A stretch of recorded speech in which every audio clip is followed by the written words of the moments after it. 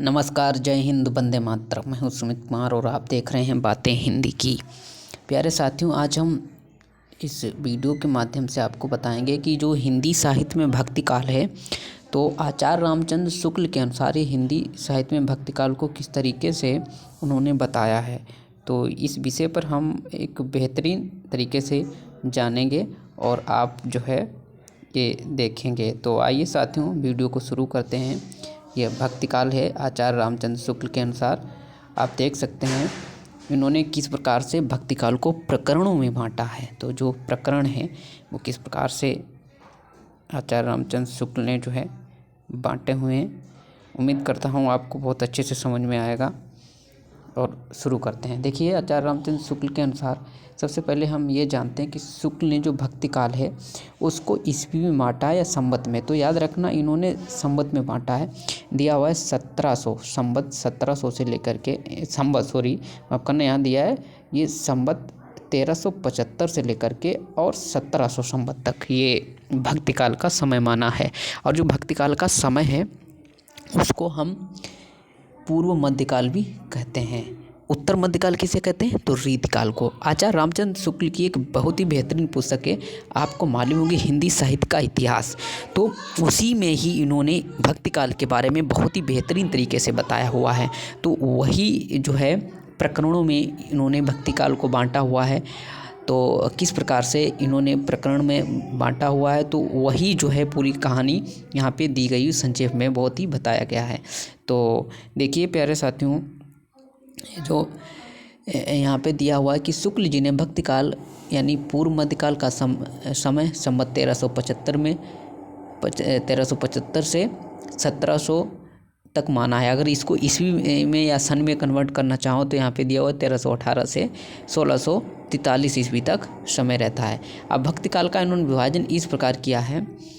यही जो विभाजन है ये भी याद रखना, वैसे भक्ति काल को कई ऐसे साहित्यकार हुए हैं उन्होंने अपने अपने हिसाब से विभाजित किया है, लेकिन जो सर्वमान्य है वो आचार्य रामचंद्र शुक्ल जी का ही सर्वमान्य माना जाता है। भक्ति काल को इन्होंने दो शाखाएं कर दी, एक निर्गुण धारा और एक सगुण धारा। एक निर्गुण धारा और एक सगुण धारा, जिसमें निर्गुण धारा भी दो शाखाओं में बांट दी, यानी भक्ति काल की दो शाखाएं हुई, एक निर्गुण धारा और एक सगुण धारा।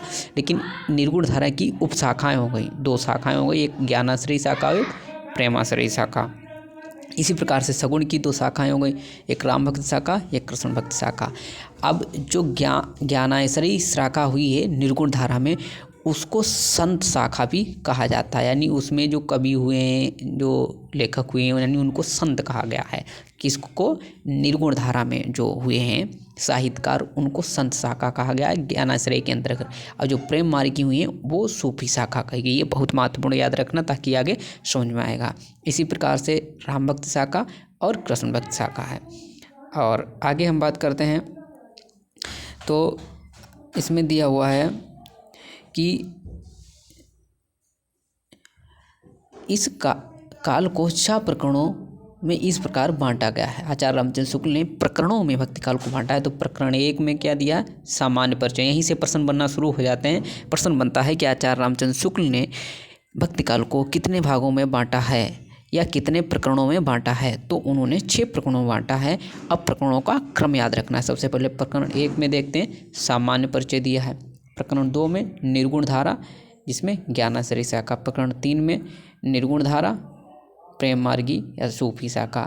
प्रकरण 4 में सगुण धारा, राम भक्त शाखा। प्रकरण 5 में सगुण धारा, कृष्ण भक्त शाखा। प्रकरण 6 में सगुण धारा, भक्ति काल की फुटकर रचना। इस प्रकार से उन्होंने बताया हुआ है। आगे बढ़ते हैं। यहाँ पे अब बात करते हैं प्रकरण 1 की, जिसमें सामान्य परिचय दिया हुआ है। अब यह सामान्य परिचय दिया हुआ है, इसमें देखिए प्रकरण 1 में सामान्य परिचय दिया है कि इस प्रकरण में शुक्ल जी ने भक्ति काल के उदय की व्याख्या करते हुए उसकी सामान्य प्रवृत्तियों का संक्षिप्त विवरण दिया है। भक्ति काल की राजनीतिक परिस्थितियाँ इस प्रकार थीं। देश में मुसलमानों का राज्य प्रतिष्ठित हो जाने पर हिंदू जनता के हृदय में गर्व और उत्साह के लिए वह अवकाश न रह गया। उसके सामने ही उसके देव मंदिर गिराए जाते थे, देव मूर्तियाँ तोड़ी जाती थीं और पूज्य पुरुषों का अपमान होता था और वे कुछ भी नहीं कर सकते थे। ऐसी दशा में अपनी वीरता के गीत न तो वे गा ही सकते थे और न बिना लज्जित हुए सुन ही सकते थे। आगे चलकर जब मुस्लिम समाज दूर दूर दूर तक स्थापित हो गया, तब परस्पर लड़ने वाले स्वतंत्र राज्य भी नहीं रह गए।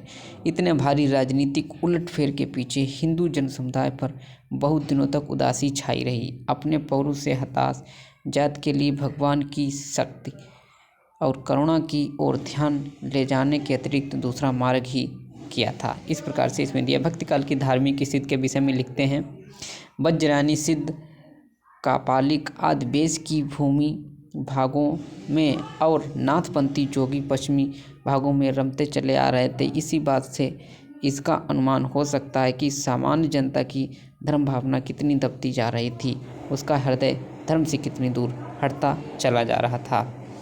तो इस प्रकार से साथियों आज हमने सिर्फ यहीं पे वीडियो रोकते हैं। अगले वीडियो में पूरी जानकारी आपको देंगे। तो आप बताइए ये वीडियो कैसा लगा है। अगर अच्छा लगा है तो आगे भी वीडियो हम लाते रहेंगे।